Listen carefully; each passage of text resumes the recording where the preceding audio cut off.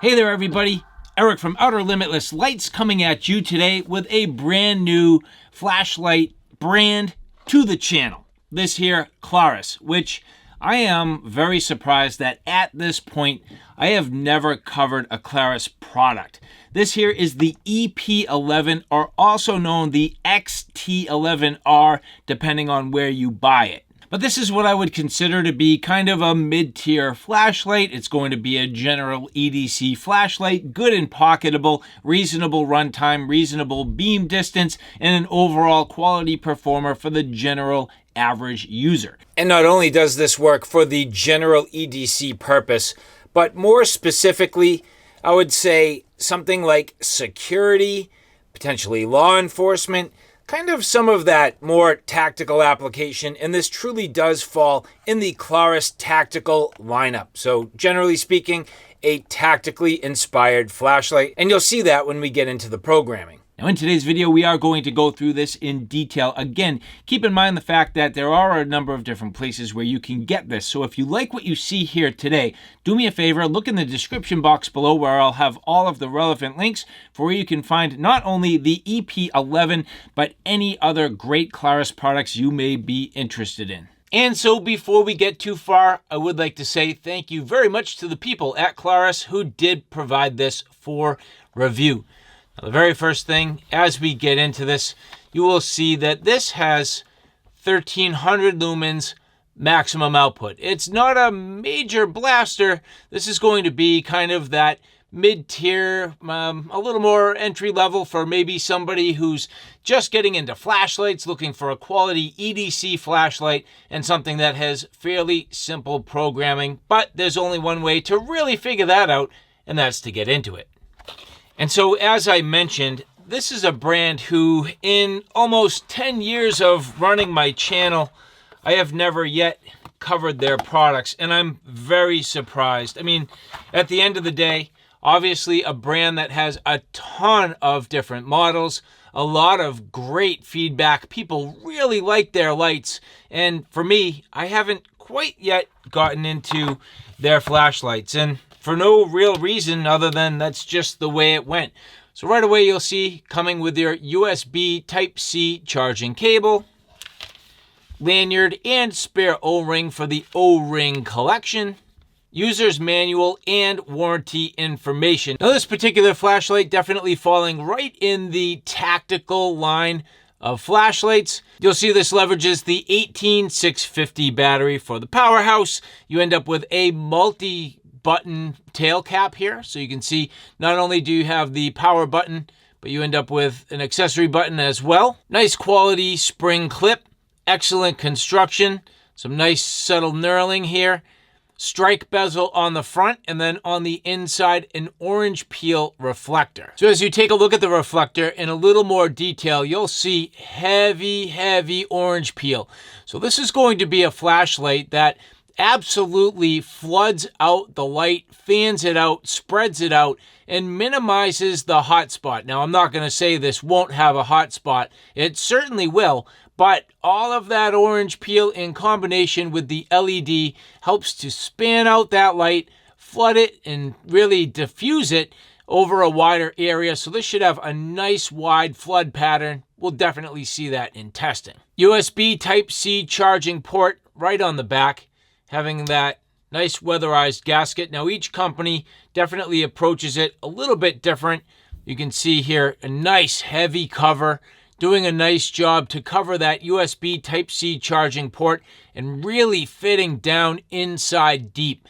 I like that cover, and it sits nice and flush right around the sort of exterior ring here on the head. You can see that fits down nicely, good and flush. Now, I do always like to test, and it's not really test, but just feel the threads and the quality of the machining. Sometimes threads can be a little bit janky, but here, nice and smooth, gasketed. And then the battery A Klarus 18650 3.7 volt 2600 milliamp hours, translating to 9.6 watt hours of power. Now, I can't talk about the Klarus batteries at all. Again, I've never used their flashlights. Other brands doing a pretty good job with their batteries, and I'll be curious to see how these hold up over time.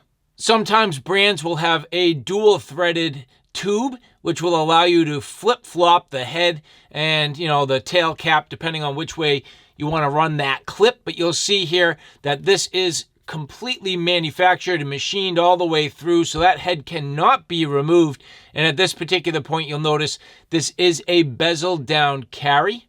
Now, one thing I like right away as we go to get this tail cap back into place, you'll notice that the way it's machined, the tail cap does not drag on the clip at all. Sometimes these clips will be kind of tight, and when you go to thread that tail cap on, gets a little bit of drag and scuff marks, but the way this is done, very, very nice. And you'll see a little bit of blipping here as we bring this to life, and that is fully operational. Now we are good to go. Now, because this fits a little more into the tactical genre, you will see that this operates in a little more of a tactical flavor. So again, now that we have the battery installed, what we're going to do is turn on the main power button, and as we click this on, you will notice this comes in on the highest mode. So the high mode, 1300 lumens. This will have about a 3-minute runtime, and then it will dim down to 700 lumens for another 2.4 hours, with a beam intensity of 22,500 candela and an overall beam distance of around 300 meters. So to change the mode, here we have the mode selection switch. As we press this, it goes down in intensity. So this runs from highest intensity to lowest intensity, which is a little bit different from other flashlights.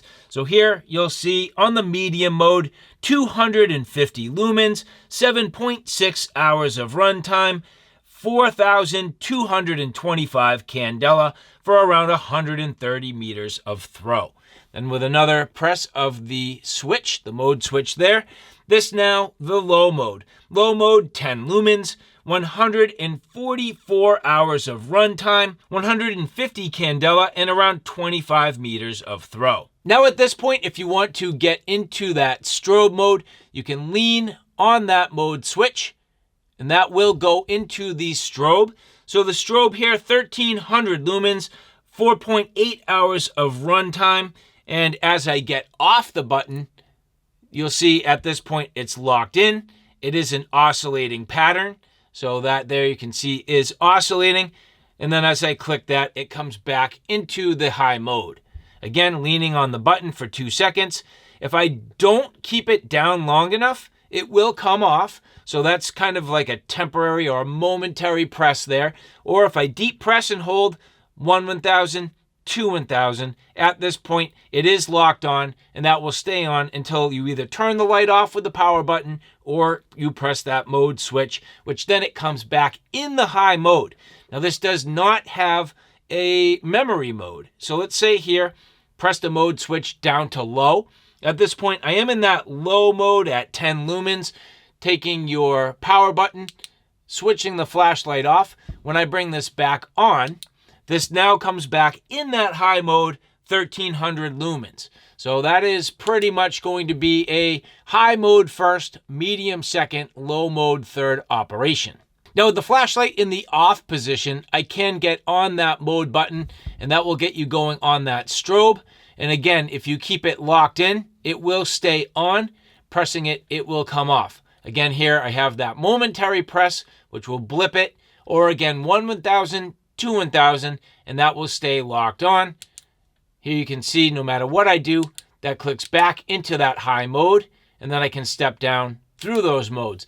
So again, a little more tactical in terms of the operation. Now at this point, let's get outside and we'll check out that beam quality.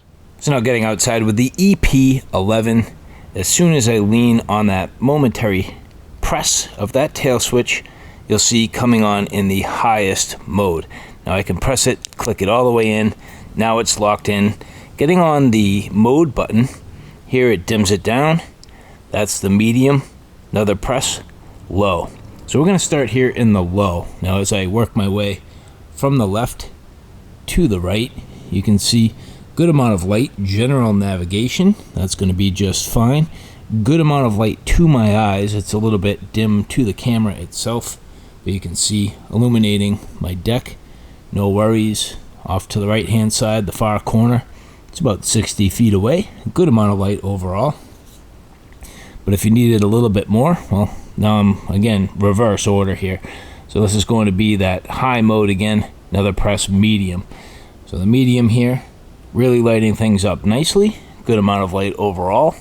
Up into the trees on the right hand side, another press here, low, and then another press back up to high. So the high mode, this is going to be more than enough light for everything I need. That's more of that tactical flare, and that's the thing about a tactical light. In this particular case, going from the high to the low mode, so it's a little counterintuitive to my particular needs, but again, that is the case for a tactical light. Now as I lean on the button all together, this is going to go into that strobe mode. Again, you can see good overall pattern. Another single press back into the high mode, clicking the light off. That's the EP11.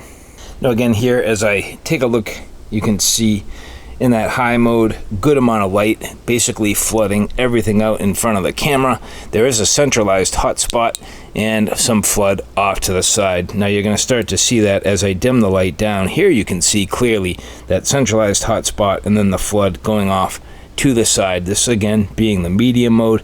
Another press here to the low mode. That's really going to help you to understand the beam pattern. So again, that centralized hotspot right in the middle, good amount of flood off to the side, leaning on that mode switch till it comes in on that strobe, and as soon as I release, coming off. Now I could deep press and hold it in, and that would keep that strobe locked in, or I could press the main tail switch off.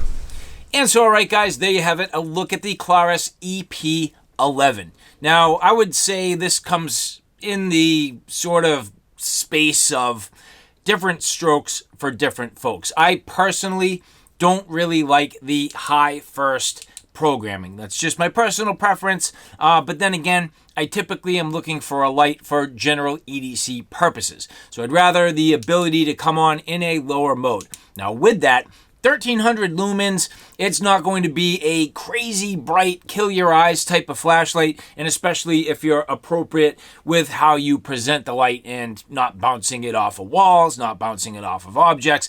So to me, it does definitely work, but I'm not typically fully needing a tactically inspired flashlight. Now, then you'd beg the question, well, why review a tactically inspired flashlight?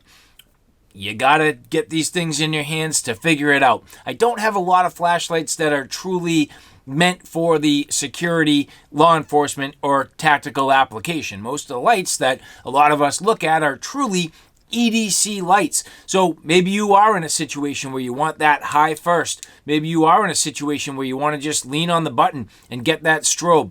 This, for that purpose, absolutely performing and doing the job very well.